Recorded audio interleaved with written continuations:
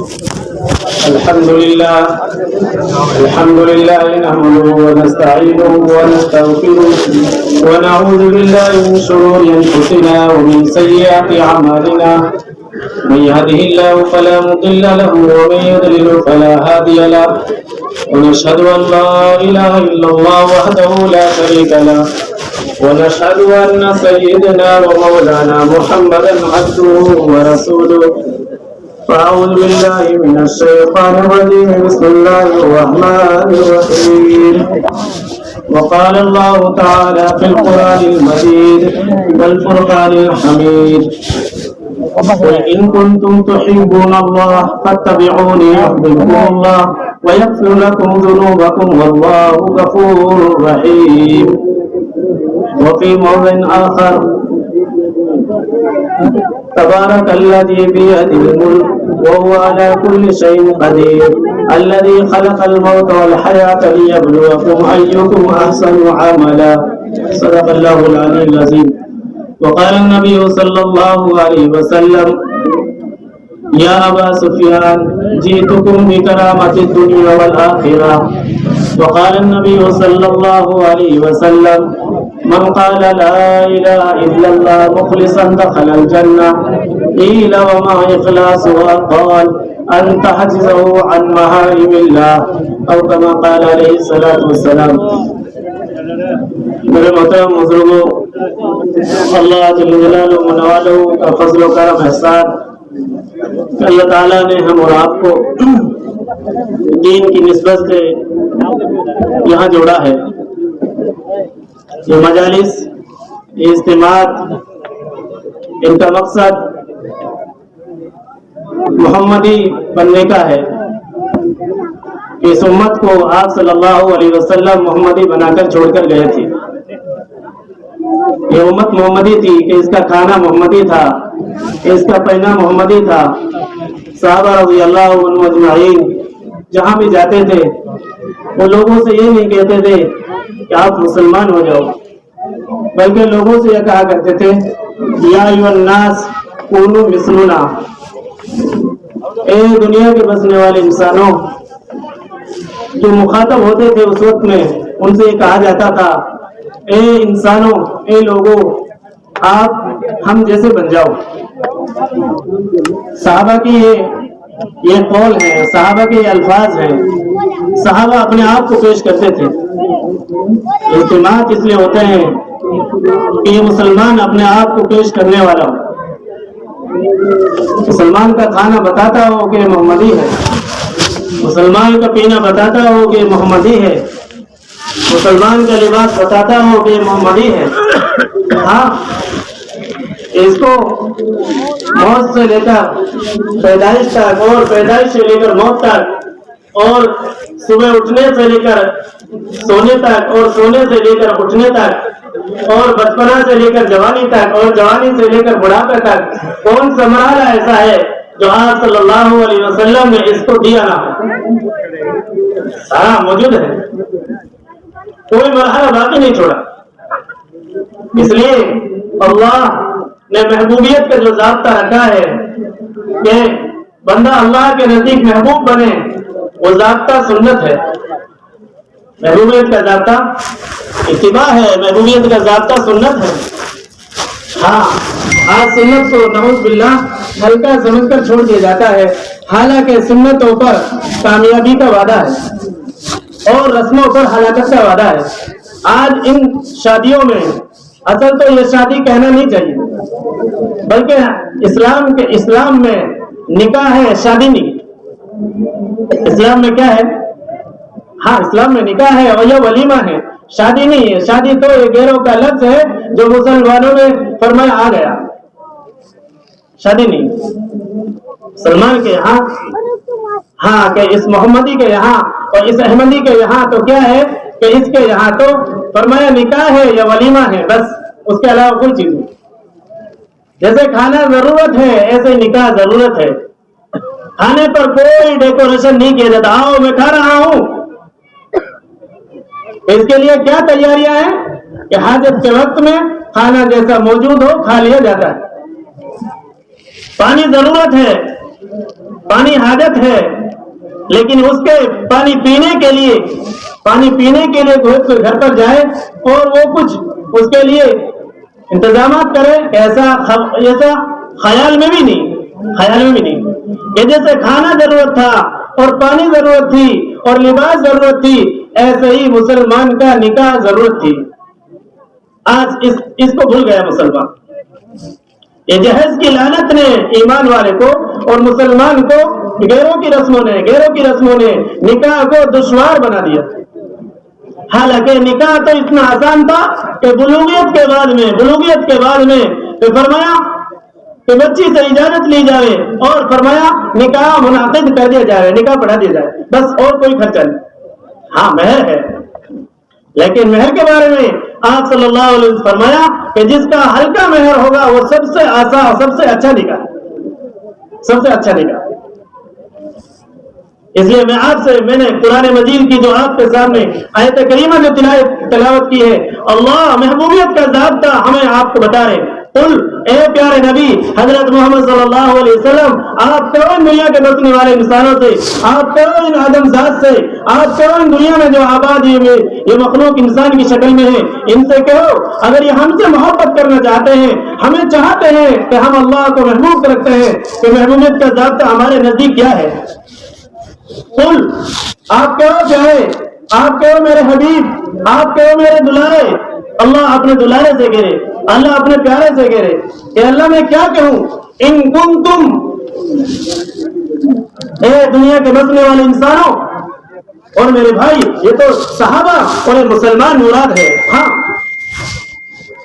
ان کنتم تحبون اللہ، اگر تم دعویٰ کرتے ہو، تم یہ کہتے ہو کہ ہم اللہ کو محبوب رکھتے ہیں، اس لیے روایات میں آتا ہے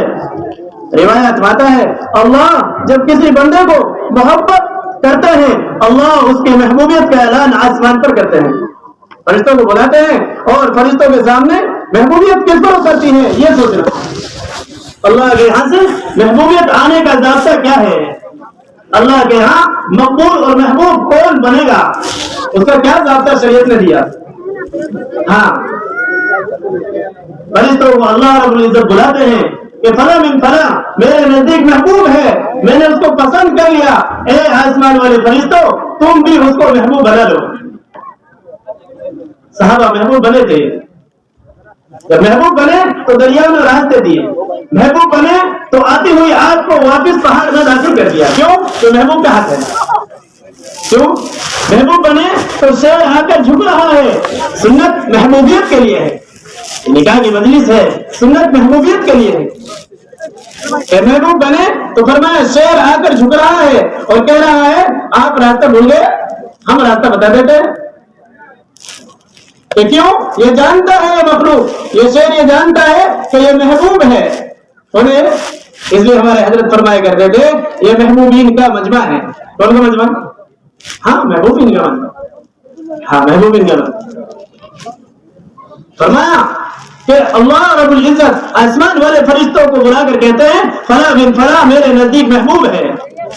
آسمان والے فرشتے فرمایا سارے آسمان پر اعلان کرتے ہیں، ایک دوسرے کو جا کر کہتے ہیں کہ فلاں بن فلاں کہ اللہ کا محبوب ہے۔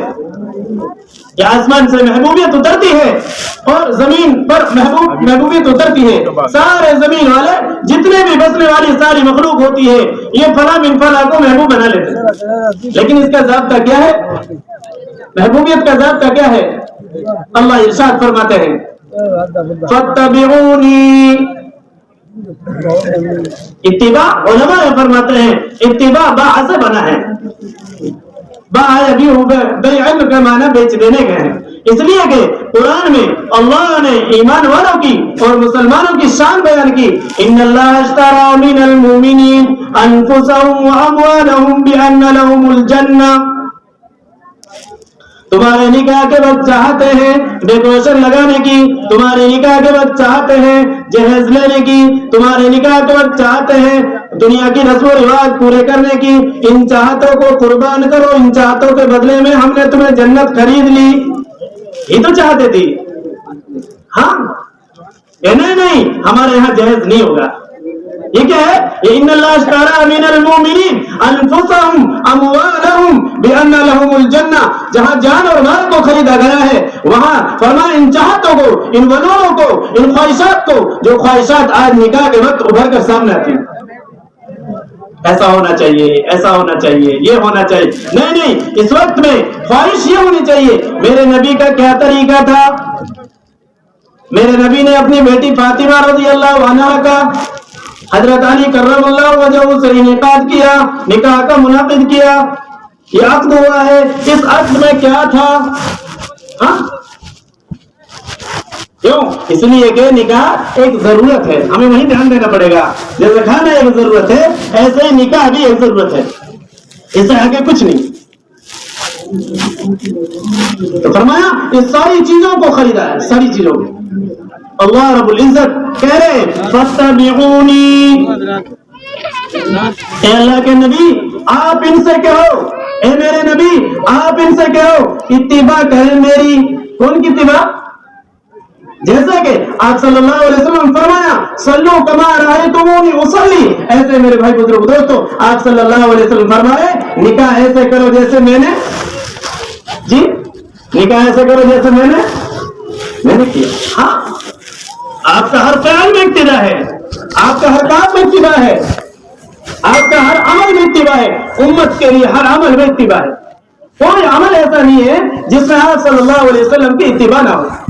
ہاں یہ فَاتَّبِعُونِی، کوئی بھی مسئلہ آ جائے گا، کوئی بھی مرحلہ آئے گا، کوئی بھی کام آئے گا تو اس میں اتباع کرو میری. میرا نمونہ ہے، میرا نمونہ چھوڑ کے جاتا. ہاں آپ صلی اللہ علیہ وسلم نے سوچو تو صحیح حضرت فاطمہ رضی اللہ عنہا کا نکاح کیا تو کیا تھا؟ کیا جہیز تھا؟ نہیں، آپ ولی تھے. ولی ہونے کے اعتبار سے آپ نے کچھ سامان دیا. کہتے ہیں نا تکیا چکی، جہیز نہیں، یہ تو گھر کی بصارت کے آپ ذمہ دار تھے. حضرت علی رضی اللہ تعالیٰ عنہ کے ذمہ دار کون؟ آپ صلی اللہ علیہ وسلم تھے. ہاں یہ تو ذمہ داری کی وجہ سے جہیز نہیں. تو جہیز کی لعنتوں نے ہاں یہ نکاح کو دشوار بنا دیا. بلکہ کیا تھا کہ اس کا تو فرمایا جہیز نہیں تھا بلکہ اس کا کیا تھا کہ اس کی میراث تھی. آج میراث کو مسلمان بھول گیا. بچی کا حق زمین میں، بچی کا حق باپ کے پیسوں میں، بچی کا حق باپ کے زمین جائیداد میں. جی مسلمان اس کو بھول گئے. حالانکہ اس حق کو بھول کر، اس حق کو جو غاصب ہیں، اس حق کو جو لینے والے ہیں، اس لیے کہ حق معاف نہیں ہوتا معاف کرانے سے. ہاں آج تو رجسٹر کو موقع ہوتا ہے، بہن کو لے آتے ہیں، پھوپھی کو لے آتے ہیں، ان سے سائن کرا لیتے ہیں. نہیں یہ معاف کرنے کا طریقہ نہیں، بلکہ دیا جائے گا، حق تو دیا جائے گا. ہاں آج تو جہیز کی لعنتوں نے میراث سے محروم کر دیا. حالانکہ میراث مستقل حق ہے. جی سب سے بڑا اس وقت میں جو بھول ہوئی ہے، امت سے چوک ہوئی ہے، وہ میراث کے مسئلے میں ہوئی. سب سے بڑی چوک کہ میراث کو بھول کر. ہاں اس لیے میں آپ سے ذکر کر رہا تھا قرآن میں اتباع کا لفظ استعمال کیا. فَاتَّبِعُونِی، اتباع کرو میری. یحببکم اللہ، کہ اللہ تمہیں محبوب بنا لے گا. ایک صاحب رضی اللہ تعالیٰ عنہ اللہ کے نبی صلی اللہ علیہ وسلم کی خدمت میں ایک خوشبو جو اس وقت میں استعمال ہوتی تھی نکاح فرمایا شادی کے موقع پر، وہ دیکھا اس سے خوشبو سے فرمایا کپڑا رنگے ہوئے ہیں. تو آپ صلی اللہ علیہ وسلم فرمایا کیا نکاح کیا؟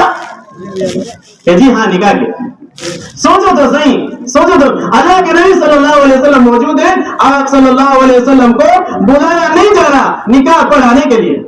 جی اللہ کے نبی سوچو تو صحیح، اللہ کے نبی موجود ہیں، فرمایا صحابی کا نکاح ہوتا ہے، لیکن فرمایا اللہ کے نبی صلی اللہ علیہ وسلم کو بلایا نہیں گیا.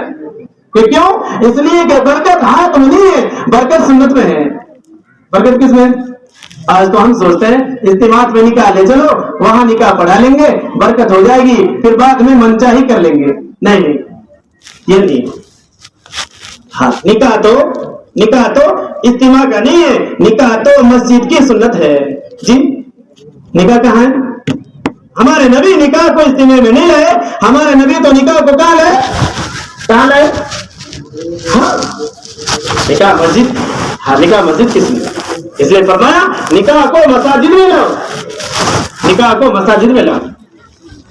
جب مسجد میں نکاح آئے گا تو ساری رسم سے بچے گا، ساری رسموں سے بچے. نکاح کہاں کا ہے جی؟ ہم سوچتے ہیں، ہمارا خیال ہوتا ہے کہ نکاح فلاں پڑھا لے، نکاح فلاں پڑھا لے. حالانکہ نکاح میں نکاح جو جتنا سنت سے قریب ہوگا اور جتنا سنت کے موافق ہوگا اس نکاح میں برکت اتنی ہوگی. اس لیے کہ محبوبیت کا ضابطہ سنت ہے، محبوبیت کا ضابطہ سنت ہے. ہاں اللہ رب العزت فرمائے فَاتَّبِعُونِي يُحْبِبْكُمُ اللَّهُ وَيَغْفِرْ لَكُمْ ذُنُوبَكُمْ. کہ جب محبوب بنو گے تو پھر کیا کریں گے؟ محبوب جب تم بن جاؤ گے اللہ تم کو تم سے محبت کرے گا اور پھر کیا کرے گا؟ اللہ یغفر لکم ذنوبکم، تمہارے گناہوں کو اللہ معاف فرما دیں گے. واللہ غفور رحیم.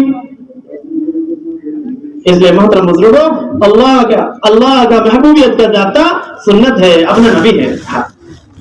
ہمارے نکاح میں ولیمہ ہے. آپ صلی اللہ علیہ وسلم نے نکاح کیا اور نکاح کرنے پر آپ صلی اللہ علیہ وسلم نے صحابہ موجود ہیں، صحابہ کو فرمایا لاؤ جو کچھ موجود ہے اس کو لاؤ. دسترخوان بچھایا گیا اور دسترخوان پر سارے دیکھو تو صحیح ولیمہ.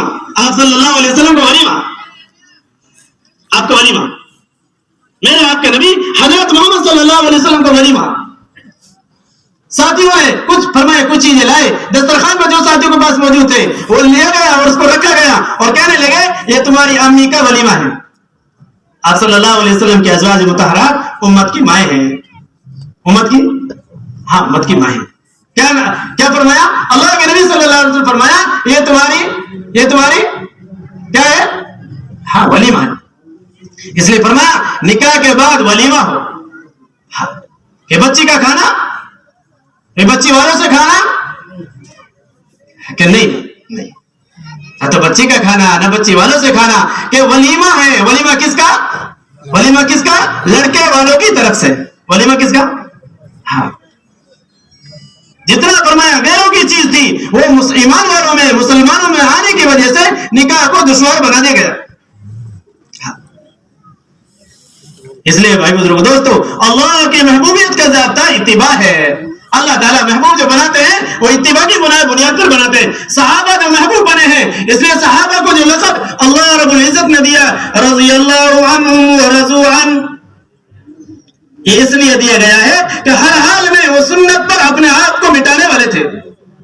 ایک صحابی رضی اللہ تعالیٰ عنہ جو ہے فرمایا آپ صلی اللہ علیہ وسلم کے سنت پر بات چل رہی تھی. آپ صلی اللہ علیہ وسلم کے بالوں کو آپ صلی اللہ علیہ وسلم فرمایا آپ کی سنت ہے کہ کنگھی فرمایا درمیان سے کی جائے، بال دونوں طرف لگا جائے. آپ کی جو ناک مبارک ہے کہ اس سے کنگھی کی جائے، بال ادھر بھی آئے بلکہ ادھر کرنا یہ نبی کی سنت نہیں ہے.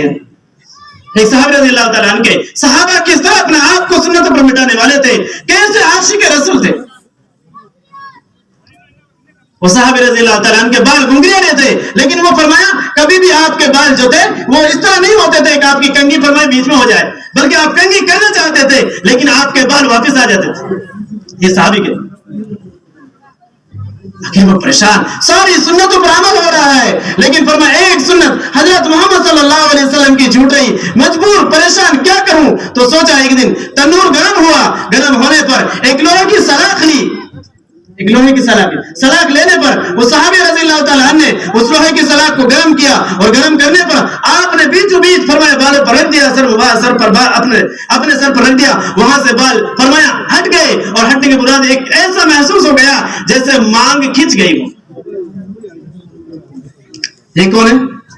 آپ صلی اللہ علیہ وسلم جا رہے، دیکھا مکان ایسا ہے، فرمایا اس مکان پر آپ اتباع پر بات ہو رہی تھی کہ نکاح اتباع پر ہونا چاہیے. آپ جا رہے ہیں، فرمایا ایک مکان سامنے آیا. آپ صلی اللہ علیہ وسلم نے اتنا معلوم کیا یہ کس صحابی کا مکان ہے. وہ کوئی تعمیر ہوگی، بتایا گیا فلاں بن فلاں کا ہے، فلاں بن فلاں کا، بس اور کچھ نہیں. اتنا معلوم کیا، اتنا معلوم. آج تو ہمارے سامنے صریح احکامات آتے ہیں، صریح اللہ کا قرآن آ رہا ہے، علماء کی طرف سے صریح بات چیت آ رہی ہے، لیکن پھر بھی ہم پشو پیش میں ہیں. وہاں تو کنایتن بھی آ جاتی تھی، فرمایا اپنے آپ کو مٹا دیتے تھے. صحابی رضی اللہ تعالیٰ نے آپ صلی اللہ علیہ وسلم کی مجلس میں حاضر ہوئے. آپ صلی اللہ علیہ وسلم کا کچھ اعراض محسوس ہوا. کچھ اعراض میں صحابہ اپنے نبی جی کا اعراض کیسے برداشت کر لیتے تھے؟ نہیں، کچھ دیکھا کہ ہم سے روٹے معلوم ہوتے ہیں، ہم سلام کرنا چاہتے ہیں، لیکن اپنے نبی کے چہرے پر کچھ فرمایا، ہاں اعراض ہے، تو معلوم کیا بیٹھنے والے ساتھیوں سے کہ کیا بات ہوئی؟ کہنے لگے کہ ایک بار آپ کے وہ جو قبہ بنا ہوا تھا، آپ کی جو تعمیر تھی، اس طرف سے حضرت محمد صلی اللہ علیہ وسلم کا گزر ہوا، آج کی تعمیر کے آنے پر آج صلی اللہ علیہ وسلم نے یہ فرمایا، یہ تعمیر کس کی ہے؟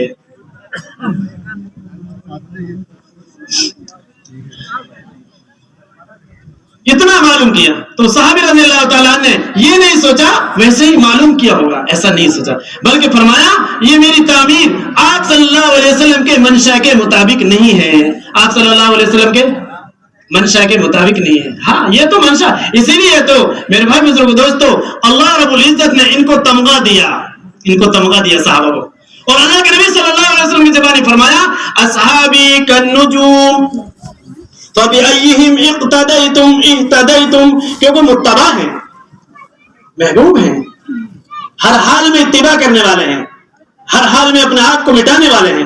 فرمایا یہ صحابی رضی اللہ تعالیٰ عنہ جو ہے، فرمایا اپنے تعمیر پر پہنچے، اس تعمیر کو زمین دوز کر دیا، اس تعمیر کو کیا کر دیا؟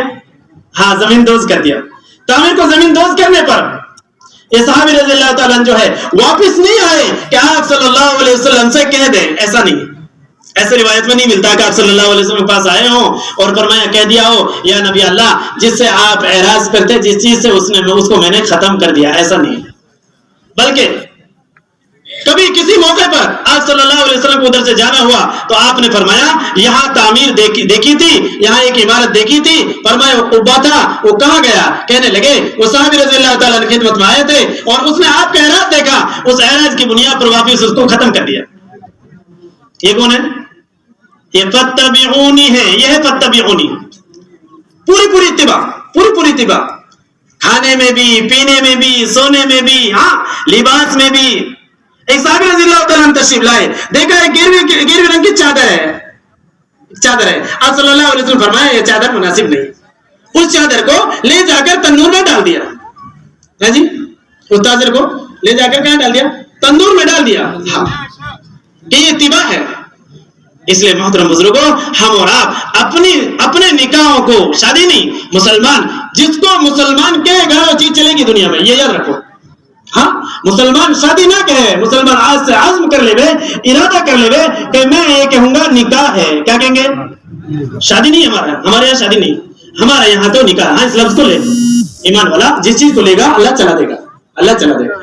ہم تو یہ کہیں گے ہمارے یہاں کیا ہے؟ بچی کا نکاح ہے۔ ہم یہ کہیں گے ہمارے یہاں کیا ہے کہ بچے کا ولیمہ ہے، لڑکے کا ولیمہ، بس ہمارے یہاں تو دو لفظ ہیں، ایک تو نکاح اور ایک ولیمہ۔